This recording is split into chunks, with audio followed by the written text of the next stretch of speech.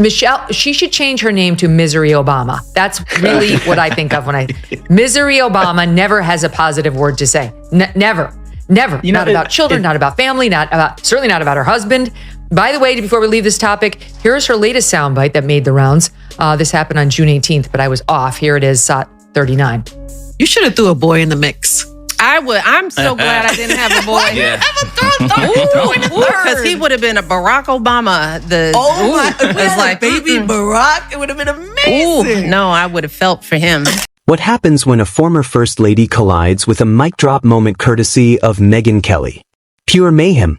Get ready, because Michelle Obama just stepped into a verbal whirlwind, and Megyn hit blend. From phony relatability to out-of-touch speeches, Megyn strips away the glossy persona like a bargain bin sticker on a discount lunchbox. If you believed the Obamas were above criticism, think twice.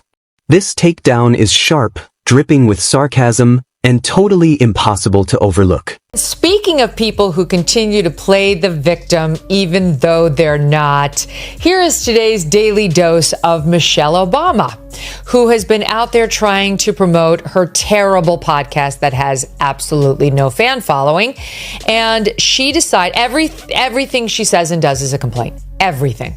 And so she winds up talking to Tina Knowles, also better known as Beyonce's mother, about marriage and divorce, which is Michelle's favorite topic, one of them at least. Number one is how much she hates her time as First Lady. She hated it. And number two, I mean, you could go either way, how racist the country is and how much she can't stand it. And then we're coming in, at least in the top three, is her negative comments about her husband and her. Oh, Michelle Obama figured she could cruise through the political spotlight once again, gesturing like she's leading a flash mob of adoring media assistants. But nope, Megyn Kelly showed up with a verbal blowtorch and a not-so-hidden smirk. And just like that, the sparkle, showmanship, and spin weren't enough to keep the illusion alive. From the Barack Michelle Obama appearance, the podcast, because everybody thinks they're getting a divorce, and let's face it, they probably are. She dragged him onto her show with brother Craig, and the following took place. Here's how it started in SOT 36. Michelle's whole image has always been crafted like a designer treehouse, elevated above the public, sleek, camera-ready, and held up by an unseen framework of media praise and establishment fixation. But the moment someone flips on the lights and exposes the flaws, the entire illusion starts to fall apart. Oh, I genuinely think she meant what she said. Oh God, I'd have another Barack Obama on my hands, and who the hell wants that? I mean, we kind of can relate, but whatever, it's fine. It's different. We're the general public. But it was so funny. Like, I'll show the audience one other thing. Yesterday we had on Ruthless, and Josh Holmes was saying you should show some outtakes because we showed a tease. I'm like, you know what? We should show some outtakes. So they cut a couple of you and me, and we were sitting there, and just how funny it was because she's so absurd. We had no idea she was this negative a person. With the accuracy of a surgeon and the fire of someone who's been itching to say, "I told you so," for years, Megyn tore through Michelle's Queen for the People routine like it was a clearance item on Black Friday. Because let's be honest, the only thing more expected than Michelle's "I'm just like you, but also kind of royalty" performance is the media collectively swooning every time she so much as steps near a microphone. Work and going to therapy and just figuring out, like, what happened those 8 years we were in the White House? What happened that 8 years? Mm-hmm. What did that do to me internally, my soul? No one talks about this. No, they don't. We made it through. We got out alive. I hope we made the country proud. My girls are whole. But what happened to me? What happened to me? Michelle steps back into the spotlight with the same worn-out, when they go low routine, all while throwing passive-aggressive jabs like a suburban wine mom snubbed by the local book club. Her contradictions are so deeply woven into her persona, it's surprising she hasn't branded hypocrisy and marketed it as an organic line at Whole Foods. When she talks about, like, her time in the White House, Barack running, it's all negative on this new podcast. I mean, it's exactly what we thought. It's very clear she hated being First Lady. She hated being in Washington. She doesn't like the fact that Barack was president. I mean, she just has nothing but negative things to say. Here's just one small, she doesn't like openly get, caustic, but she makes it pretty clear. And while she struts around acting like she's above politics, her behavior screams, First Lady, the sequel, a follow-up nobody requested. It's like a surprise album drop from a long-retired artist, only no one's hitting play because we're still recovering from the original. But Megyn Kelly wasn't buying any of it. Not the fake modesty, not the Ivy League glow, not the polished tales of childhood struggle. Struggles, by the way, that somehow include top-tier universities, elite internships, and a resume so spotless it could blind a bald eagle. Oh sure, please remind us of your tough beginnings, while sipping organic tea in your multimillion-dollar estate. The way Michelle shares her relatable stories feels like someone Googled everyday problems and had them printed on cue cards. Forgot your lunch once? Had braces? Devastating. Meanwhile, actual working families are choosing between rent and groceries, and she's preaching self-care from a $5,000 recliner. And Megyn? She shredded those carefully scripted sob stories, not with cruelty, but with that straight-faced tone that says, Sweetheart, nobody's falling for the Hallmark version of your backstory anymore.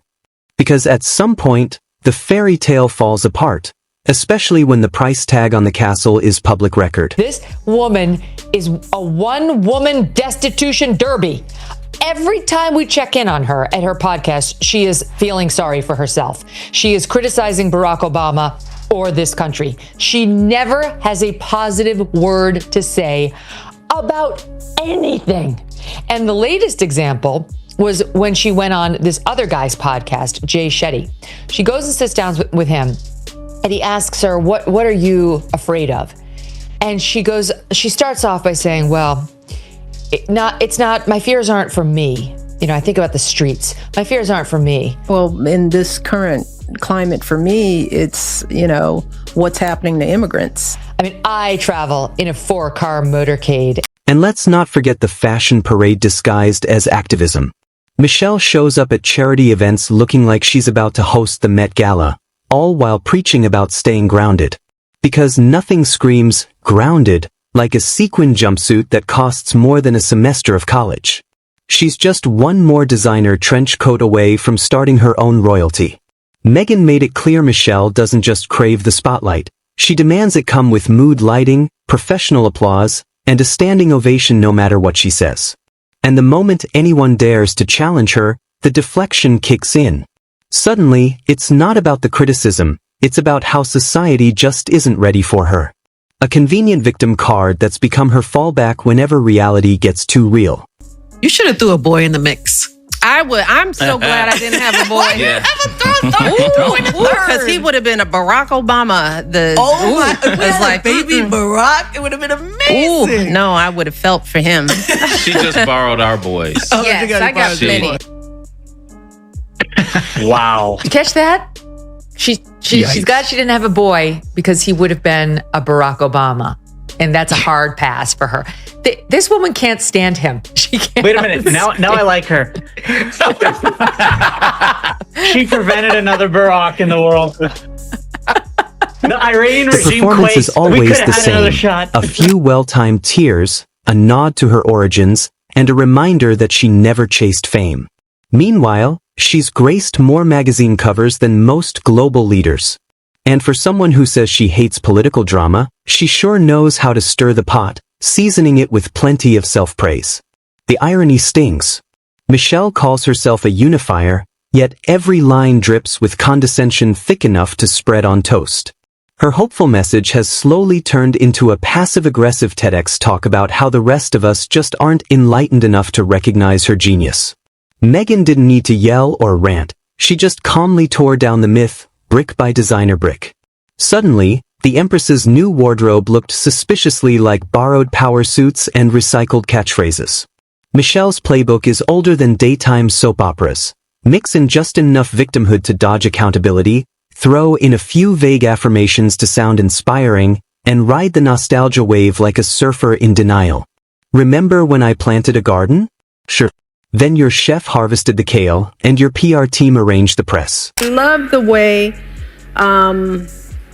you talk about the need to get your independence because your marriage wasn't always what it should have been. Right. Okay, so she's going right in, like, independence is what it's about. Of course, you know, you had a shitty marriage. I can totally relate. And then can I just show you one more? Look at SOT 23. No, I'm sorry. It's the VO6, where the two of them get up and they start dancing.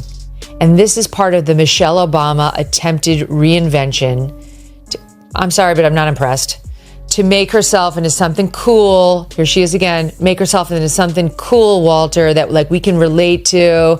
She's a cool girl because she was first lady and that she can get up there and dance with Beyonce's mom.